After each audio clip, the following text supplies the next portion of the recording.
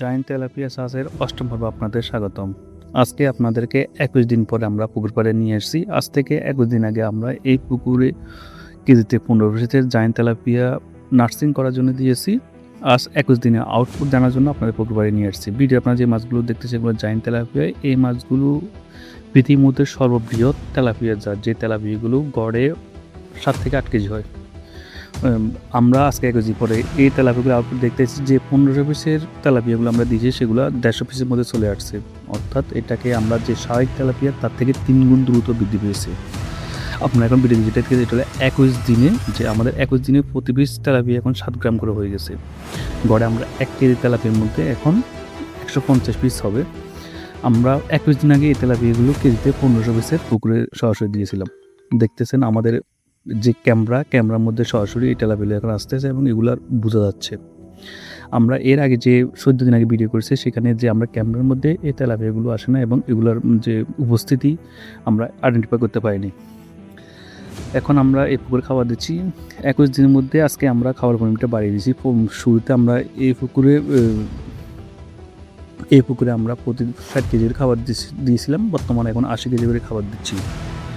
এই তেলাপিয়াগুলো আমরা যে ২১ দিনে যে আমরা ১৫০ পিসের মধ্যে তেলাপিয়াগুলো আসছে সেগুলো একটা গাণিতিক হিসাবে আমরা বুঝতে পারছি বছর হতে পারে সর্বোচ্চ এই তেলাপিয়াগুলো ৩ কেজি, যেখানে আমাদেরকে এই তেলাপিয়াগুলো বলা হয়েছে বছরে ৭ থেকে ৮ কেজি হবে। আপনাদেরকে বলে রাখি, আমরা এই জায়ান্ট তেলাপিয়াগুলো মেডিয়ান থেকে সংগ্রহ করছিলাম। মেডিয়ান আমাদেরকে জানিয়েছে এই জায়ান্ট তেলাপিয়াগুলো ১ বছরের মধ্যে ৭ কেজি হবে, কিন্তু বর্তমানে আমরা যে আউটপুটগুলো পেয়েছি সেই ডাটাগুলো বিশ্লেষণ করে ডাটাগুলো আমরা অ্যানালাইজ করে পাচ্ছি যে এই তেলাপিয়াগুলো বছরে সর্বোচ্চ ৩ কেজি হতে পারে। আপনাদেরকে এটা জানিয়ে রাখি, এই তেলাপিয়াটার মতো থাইল্যান্ডের একটা তেলাপিয়া এবং পৃথিবীর সর্ববৃহৎ জাত থাইল্যান্ডের কৃষি ফার্ম এই তেলাপিয়াটা মেডিয়ানকে বাজারজাত করে থাকে। আমরা মেডিয়ানকে সংগ্রহ করছি এবং নার্সিং পুকুরে এই তেলাপিয়াগুলো ৩ মাসের জন্য নার্সিং করা নিয়ে আসছি। ৩ মাসে আজকে ২১ দিন মধ্যে ১৫০ পিস আসছে। আমরা ৩ মাসে সর্বোচ্চ তেলাপিয়াগুলো ৮ থেকে ১০ পিস, অর্থাৎ প্রতিটি তেলাপিয়া ১০০ গ্রাম সাইজ করে মূল পুকুরে পাঠাবো এবং সেখানে ১ বছর চাষ করবো। এবং আমাদের গাণিতিক হিসাবে এই ১ বছরে এই তেলাপিয়ার বর্তমান আউটপুটের সাথে মিল রেখে সর্বোচ্চ ৩ কেজি হতে পারে। যেখানে আমরা এই তেলাপিয়াগুলো ৩ কেজি হবে এরকম ধারণা করছি। যাক, এবার আসুন আমরা এই তেলাপিয়াগুলো যখন পুকুরে ছাড়ি তখন আমাদের থেকে বলা হয় এই তেলাপিয়াগুলো অ্যাস্ট্রোফোকাস রোগ যে নিয়ন্ত্রণ করতে পারে। অর্থাৎ এই তেলাপিয়াগুলো অ্যাস্ট্রোফোকাস রোগ হয় না। তেলাপিয়া সবচেয়ে ভয়াবহ রোগ হলো অ্যাস্ট্রোফোকাস, যে রোগ হলে ৮০% তেলাপিয়া মারা যায়। এই তেলাপিয়াগুলো বলা হয়েছে যে অ্যাস্ট্রোফাস রোগ, যে এটা এখন আমরা ট্রায়াল পর্যায়ে আছি সেই জন্য বুঝতে পারিনি যে এটা আসলে কি অ্যাস্ট্রোফাস রোগ। তবে এখানে আরেকটা কথা বলেছে যে এই তেলাপিয়াগুলো কম খাবারে অধিক বড় হয়। বাস্তবে আমরা দেখতেছি আমরা এই তেলাপিয়াগুলোর খাবার চাহিদা প্রচুর। স্বাভাবিক যে তেলাপিয়াগুলো আমরা যেখানে ২০ কেজি খাবার দিতাম সেখানে এই তেলাপিয়াগুলো দেওয়া লাগছে ৪০ কেজি।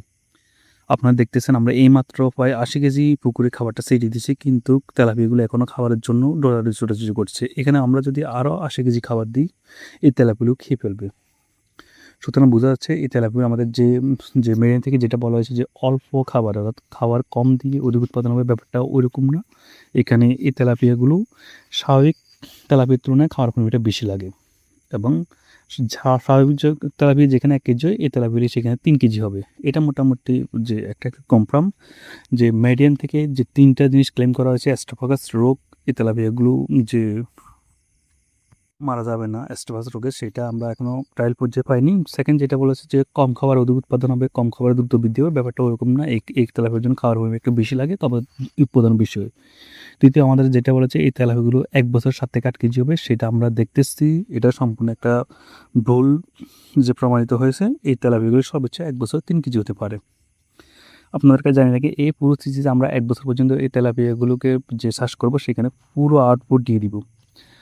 এই তেলাপিয়াটা পৃথিবীর সর্ববৃহৎ জাত, যেহেতু এটা সর্ববৃহৎ জাত বাংলাদেশের জন্য এই তেলাপিয়া সম্পূর্ণ নতুন। যদি এই তেলাপিয়াগুলো যে থাইল্যান্ডের ফিশি ফার্মের মতন ৭ থেকে ৮ কেজি হয় তাহলে বলতে পারবে বাংলাদেশের মৎস্য সাথে একটা বিপ্লব তৈরি হবে। কারণ আমাদের বাংলাদেশের যে তেলাপিয়াগুলো পড়ে সর্বোচ্চ এই তেলাপিয়াগুলো ১ কেজি ১.৫ কেজি কিংবা ২ কেজি হয় ১ বছরের মধ্যে। ২ বছরের মধ্যে সর্বোচ্চ ২-২.৫ কেজি হয়, এরপরে আর তেলাপিয়াগুলো কোনোভাবে বড় হয় না, যেখানে এই তেলাপিয়া ৭ থেকে ৮ কেজি পর্যন্ত হয়ে থাকে। সর্বশেষ আপনারা দেখছি এটা ২১ দিনের আউটপুট। আমরা ২১ দিনের মধ্যে এই তেলাপিয়া ১৫০ পিস মারছে। আমরা ২১ দিন আগে যখন তেলাপিয়া আছে ১৫০০ পিস, এটা হলো আমাদের আজকের এই ভিডিওর আউটপুট। পরবর্তী ভিডিও আমার ১ মাস পরিপূর্ণ হলো তখনকার আউটপুট নিয়ে আমরা পুরো ডাটা অ্যানালাইজ করে আপনাদেরকে সবকিছু বুঝিয়ে দিতে পারবো।